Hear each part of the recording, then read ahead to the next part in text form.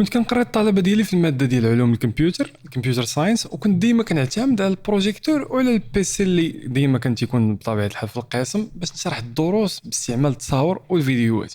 المهم شي واحد بغى يدير راسو ذكي، شي طالب قرر انه يفيروسي البيسي باش يعطل الحصه باش هكذا ما يقراوش. فاش دخلت اليو اس بي البيسي وحليتها لقيت بلي الدوسيات كلهم خاويين.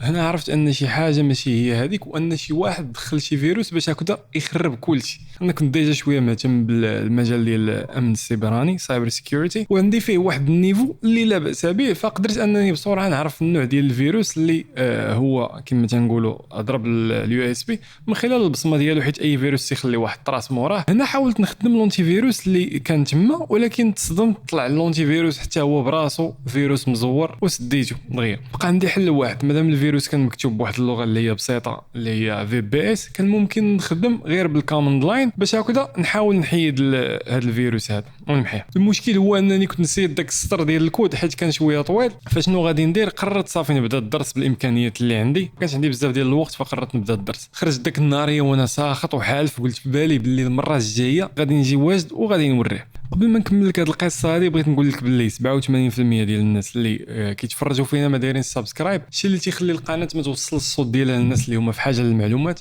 فتنتمنى الدعم ديالكم في التعليق بلي لايك وسبسكرايب. حاجه اخرى، هذا العام راه التسجيل راه ديجا بدا بكري، ماشي بحال العام اللي فات. فإلا كنتي انتريسي فراه غتلقى في صندوق الوصف واحد اللين، غتدخل الويب سايت ديالنا وغتحاول تسجل وتحط المعلومات ديالك، وراه استشاره مجانيه. كملوا ستوري. المهم دخلت المره الجايه للقسم ولقيت كلشي فرحان وكيضحك. دخلت لي اس بي هذه المره هذه كلشي كان تيتسنى نفس السيناريو غادي يتعاود. غير فاش شافوني حليت الكوماند لاين وبديت تنطابي الكود كلشي بقى كيشوف. واحد فيهم منطق وقال لي استاذ شنو هادشي؟ قلت له غير تسنى واحد شويه وانت غادي تشوف. كملت الكود ديالي وطار الفيروس في البلاصه، وها هما الملفات كلهم بانوا. هنا نقز واحد الطالب هو يقول لي تيشر كي درتي ليها؟ جاوبت واحد الابتسامه اللي فيها نظره ديال الفوز، قلت له صافي حصلتي هذا والله راه اللي غادي يسول على كيفاش درت ليها هو مول الفعل. المهم عطيته واحد التحذير صارم قدام القسم كامل باش هكذا المره الجايه ما يعاودش يدير هذه القضيه هذه، وخلينا كما تنقولوا خدامين. فصافي من مورا داك الشيء مع طراش هذا البلان هذا. المهم اهلا بكم مره اخرى في هذا الفيديو هذا. بزاف ديال الدراري والبنات كيسولوني على مسار الدراسه في الهندسه المعلوماتيه او كمبيوتر ساينس. شحال من واحد كيشوف غير النهايه، كيشوف مهندس برمجيات ولا مطور ديال الويب ولا خبير في الذكاء الاصطناعي، ولكن ما تيعرفش الطريق اللي خاصو يقطعها.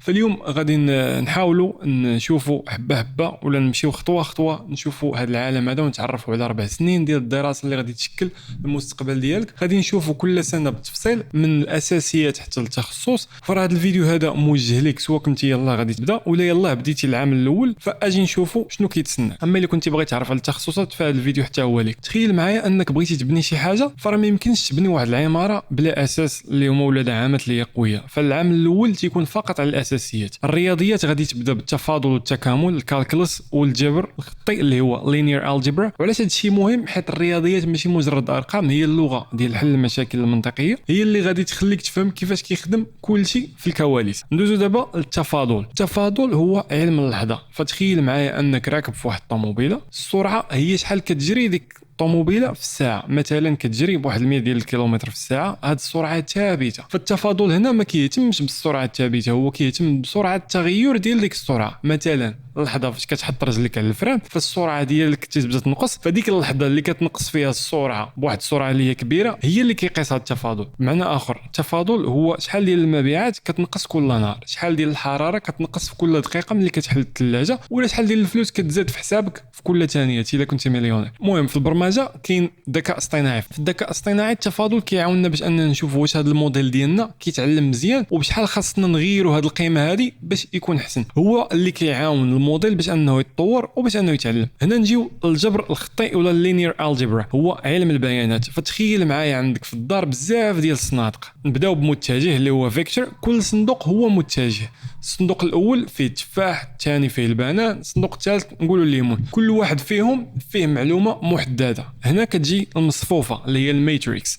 منين كتجمع هاد الصنادق كاملين في واحد البلاصه باش تنظمهم في ديك البلاصه اللي هي مصفوفه. هاد المصفوفه فيها جميع المعلومات اللي عندك. بمعنى اخر الجبر الخطي هو كيخلينا اننا ننظموا المعلومات جداول، فكيخلينا نخدموا على الاف ديال المعلومات في نفس الوقت وبواحد السرعه. في مجال الذكاء الاصطناعي الجبر الخطي هو اهم حاجه. الصور، الفيديوهات، الفيديوهات والكتابه كامله كنحاولوا نحولوها لمصفوفات اللي هي ماتريسز ولا متجهات اللي هما فيكتورز باش نقدروا نخدموا عليها ونحللوها. في مثال منين كتعطي لواحد الموديل واحد الصوره ديال الوجه، هذه الصوره هذه كتحول لمصفوفه ديال الارقام، كل رقم كيمثل اللون ديال واحد النقطه في ديك التصويره. فالجبر الخطي هو اللي كيعاون الموديل باش انه يحلل هذه الارقام ويعرف باللي هذيك الصوره ديال الوجه. هنا كنجيو الاساسيات البرمجه سي ولا سي بلاس بلاس. غادي تتعلم كيفاش تبرمج وغالبا غادي تبدا بالسي ولا السي بلاس بلاس. وعلاش؟ حيت هاد اللغات كيعلموك كيفاش تخدم على الذاكره، كيعطيوك واحد الفهم عميق لكيفيه عمل الكمبيوتر. فهي بحال اللي كيعلموك الحروف قبل ما تبدا انك تكتب جمله. علاش السي والسي بلاس بلاس مهمين بزاف؟ فتخيل معايا انك باغي تصاوب واحد الطاوله، فاللغات البرمجه اللي هي سهله بحال البايثون ولا الجافا سكريبت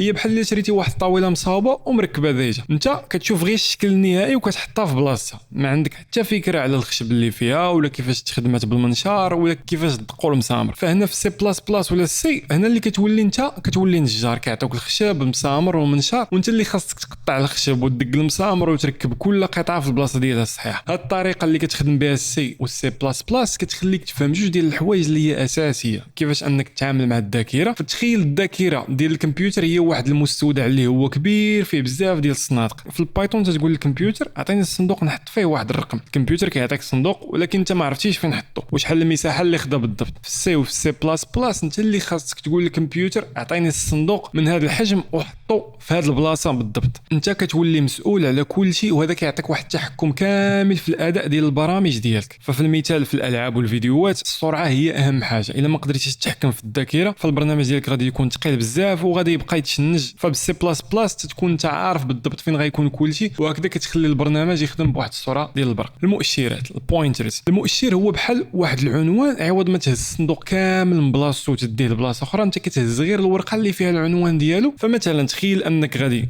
تخدم على واحد الصندوق كبير بزاف، فالطريقه العاديه هي انك تهز الصوره كامله وتدوزها من بلاصه لبلاصه. فباستعمال البوينترز ولا المؤشرات كدوز غير العنوان ديال الصوره، هذا كيربح الوقت والمجهود بزاف. وعلاش اللغه ديال السي والسي بلاس بلاس كيستعملوا في المشاريع الكبار اللي خاصها تكون خفيفه بزاف. هنا غادي ندوزو لمبادئ الحاسوب ولا كما تتسمى بالانجلي كمبيوتر فاندامنتالز. هنا غادي تفهم المكونات ديال الحاسوب كامله وكيفاش كيتواصلوا مع بعضياتهم. غادي تشوف كيفاش الاوامر ديالك كتحول من كود الى اشاره كهربائيه.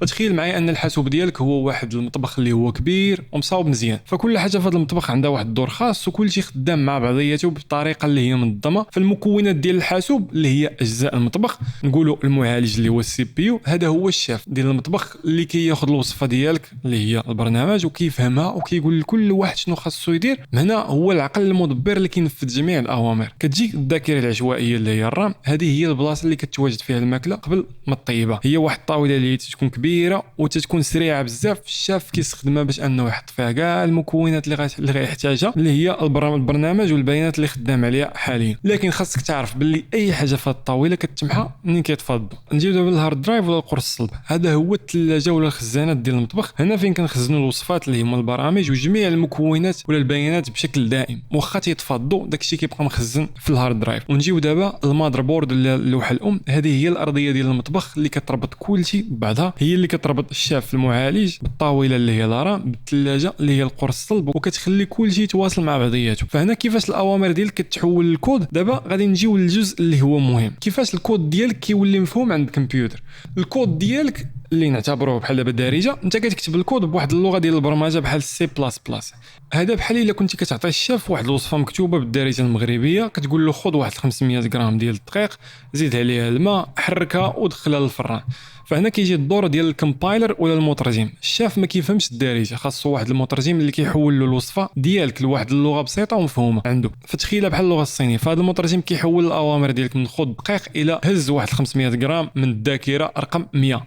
في اللغه ديال الاله اللي هي الماشين ليرنين، هذه اللغه بسيطه هي اللي كيتكلم بها المعالج، فهي مكونه من اصفار ووحدات. كل امر بسيط كيكون عباره على سلسله طويله ديال الاصفار والوحدات مثلا. فهنا كنجيب واحد المثال تاع هز واحد 500 غرام، ممكن تكون 0 1 1 1 0 0 0. وهنا كيوليو هاد الاصفار والوحدات كتولي اشارات كهربائيه. فالصفر كيكون بحال الى الضو مطفي لا يوجد جهد كهربائي، والواحد كيكون بحال الى الضو شاعل، فهنا كيكون واحد الجهد كهربائي.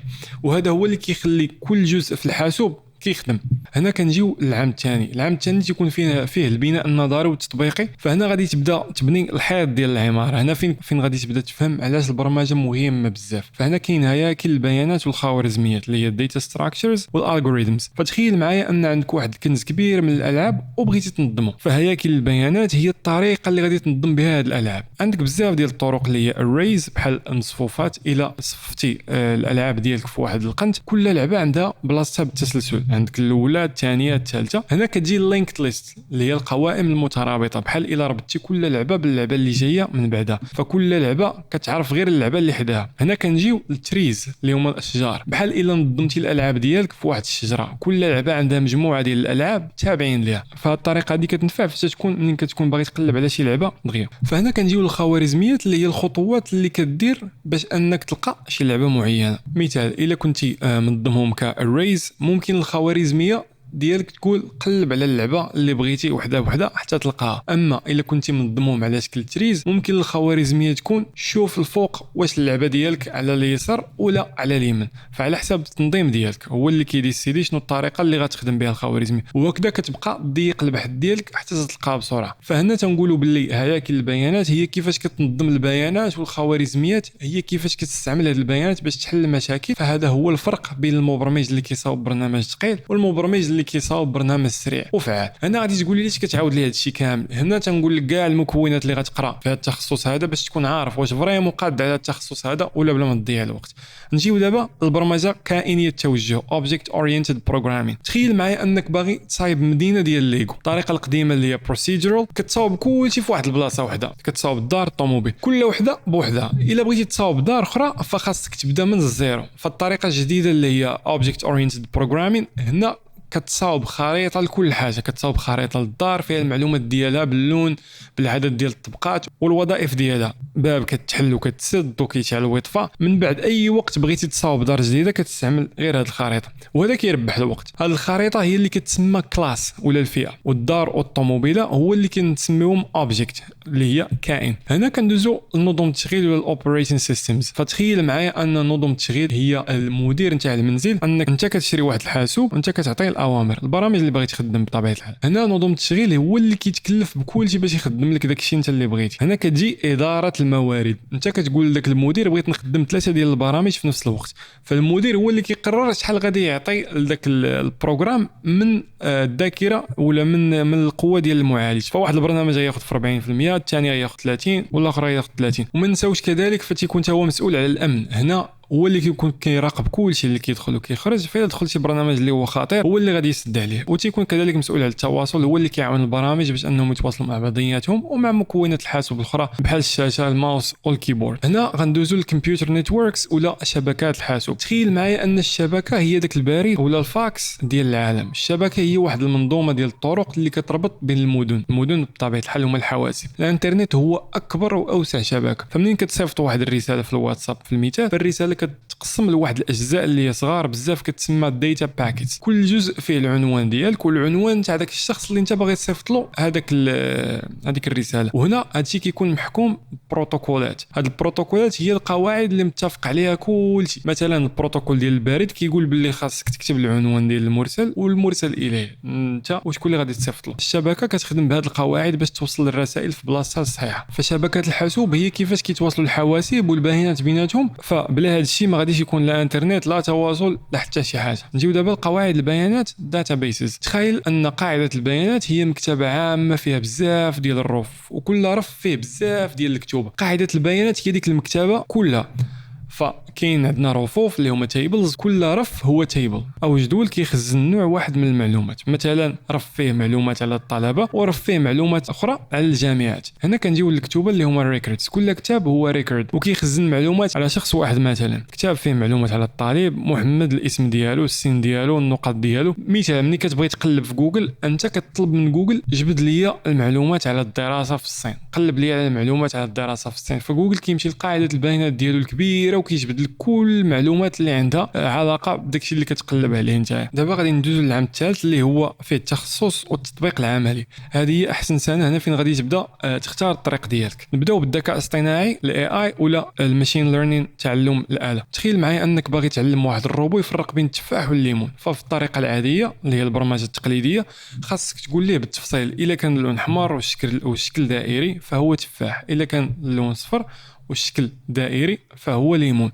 هذه خدمه طويله ومعقده. اما بالذكاء الاصطناعي وتعلم الاله فهنا انت ما كتقولش ليه كيفاش يفرق، كتعطيه 1000 صوره ديال التفاح والليمون وكتخليه هو كيلاحظ الفروقات بيناتهم. هو اللي غادي يتعلم بوحدو ان التفاح كيكون احمر والليمون كيكون صفر. فمن بعد ملي كتعطيه واحد الصوره جديده عمره ما شافها غادي يقدر يعرفها بواحد السهوله. نجيو دابا لتطوير الويب ولا الويب ديفلوبمنت. تخيل معايا انك في واحد المطعم، الواجهه الاماميه اللي هي الفرونت اند هذه هي كلشي اللي كتشوفو انت قدام عينيك، الديكور ديال المطعم، قائمه ديال الماكله، السرباي وحتى ديك الطبله اللي كتكون انت جالس فيها. ففي الويب هذه هي الواجهه ديال الموقع، الالوان، الازرار، الصور والنصوص اللي كتشوفها في المتصفح. دابا نجيو للواجهه الخلفيه ولا الباك اند. هذه هي الكوزينه، هنا فين كيطيبوا الماكله وتيكون المدير وتيكون الكونطابل. انت ما كتشوفش هذا الشيء ولكن بلا بهم راه ما يقدش يكون مطعم وما يقدش يخدم. ففي الويب هذه هي السيرفر اللي كيخزن المعلومات، قواعد البيانات والمنطق ديال البرامج اللي كيشغل الموقع بطبيعه الحال. نجيو دابا للامن السيبراني ولا سايبر سيكيورتي. تخيل معايا ان عندك واحد الدار غاليه، فالامن السيبراني هو اللي كيحمي لك هاد الدار.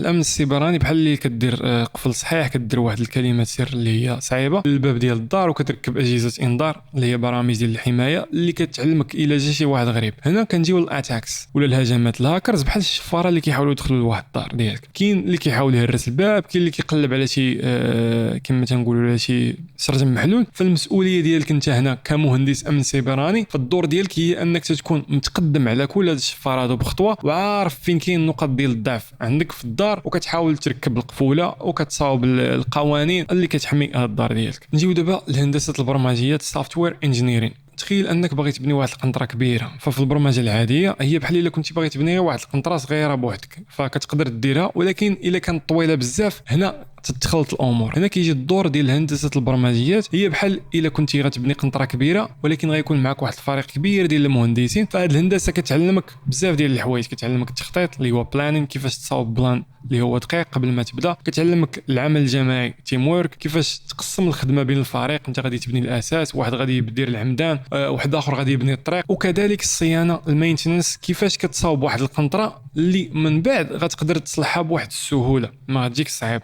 وهنا غادي نجيو للعام الاخر اللي هو قمه الجبل. هنا غادي تتعمق وغادي دير البحث ديالك. فهاد العام كاين الكلاود كومبيوتين ولا الحوسبه السحابيه. تخيل معايا ان عندك بزاف ديال الكتوبه وعوض ما تحطهم كاملين في الدار عندك كتاخذ واحد البلاصه في واحد المكتبه اللي هي عموميه كبيره. فهاد المكتبه فيها بزاف ديال الرفوف وكتقدر تزيد شحال ما بغيتي ديال الكتوبه، غير ان كل ما زدتي كل ما كتخلص على بلاصه، فكتخلص فقط على البلاصه اللي انت خدمتيها. فالحوسبه السحابيه هي بحال هاد المكتبه، فعوض ما تحط المعلومات ديالك وتخدم البرامج ديالك على واحد الحاسوب ديالك في الدار، كتخدمهم على حواسب عملاقه تابعه لشركات اللي هي كبار بحال جوجل ولا امازون. هنا نجيو للبيج داتا ولا البيانات الضخمه. تخيل عندك واحد الالبوم ديال التصاور ديال العائله، فهادو بيانات اللي هما عاديه، لكن تخيل عندك مكتبه فيها كل التصاور اللي تصورت في العالم كامل. هذه هي البيانات الضخمه. فالبيانات الضخمه هي واحد الكميه هائله من المعلومات اللي كتصاوب كل نهار، كل لايك، كل كومونتير، كل بحث في جوجل، كل حاجه شريتيها من الانترنت ولا شراها اي واحد في العالم. فهذه هي البيج داتا. تنجيو دابا للكمبيوتر فيجن ولا الرؤيه السحابيه ومعالجه اللغه الطبيعيه ال NLP. هادو هما جوج ديال الفروع ديال الذكاء الاصطناعي اللي كيعطيو للكمبيوتر الحواس ديال البشر. فالرؤيه الحاسوبيه ولا الكمبيوتر فيجن فهي اللي كتخلي الكمبيوتر يشوف عوض ما يشوف الصوره كمجموعه ديال الالوان، هو كيفهم المحتوى ديالها. ومعالجه اللغه الطبيعيه ال NLP هذه هي اللي كتخلي البيسي ولا الكمبيوتر انه يفهم اللغه ديالنا بالمكتوب ولا بالصوت. هنا غنجيو التك انتربرينورشيب ولا رياده الاعمال التكنولوجيه. تخيل انك ماشي غير غتكون مهندس ولكن بغيتي تصاوب واحد الشركه ديالك، فهاد الماده كتعلمك غيعلمك كيفاش دير ليها، غادي تتعلم كيفاش انك تخرج فكره مشروع تكنولوجي اللي هي جديده، كيفاش تصاوب خطه عمل اللي هي بيزنس بلان وتجمع فلوس للمشروع ديالك، كيفاش تكون قائد ديال الفريق وتوصل المشروع ديالك للنجاح. هذه الماده كتوريك الطريق باش انك تحول المهارات التقنيه ديالك للمشروع اللي يقدر ينجح. هنا غنجيو للجرادويشن بروجيكت ولا مشروع التخرج. هذا هو احسن جزء، هو بحال واحد الامتحان تطبيقي اللي هو كبير ديال ديك 4 سنين كامل اللي دوزتي، غادي تختار الموضوع اللي يعجبك سواء كان في الذكاء الاصطناعي ولا الويب ديفلوبمنت ولا السايبر سيكيورتي، وغادي تخدم عليهم واحد المده ديال شهور. غادي تطبق كلشي اللي تعلمتيه، كيفاش تنظم الكود، كيفاش تحل مشاكل، وكيفاش تصاوب واحد البرودوي اللي هو حقيقي. وهذا المشروع هو اللي غادي يكون البورتفوليو ديالك اللي غادي توريه من بعد للشركات اللي غادي يخدموك. اذا هنا كما شفتوا راه المسار تيكون طويل. الهندسه المعلوماتيه ماشي سهله وماشي صعيبه وماشي مبازيه كامله على الماط، فكل سنه كتبنى على السنه اللي مقبل منها، فخاصك تكون مستعد باش انك تبذل واحد المجهود. لكن في المقابل راه غتفتح لك بزاف ديال الابواب، حيت راه التخصص هذا زوين. واذا لقيتوا هذا الفيديو هذا مفيد ما تنساوش ديروا لايك وسبسكرايب وتفعلوا الجرس باش انه يوصلكم الجديد، وقولوا لي في التعليقات اي سنه في هذا البرنامج اللي نتوما متحمسين عليها، وما تبخلوش علينا حيت راه باش نوجدوا هذه الفيديوهات راه تيطلب منا جهد. وشكرا.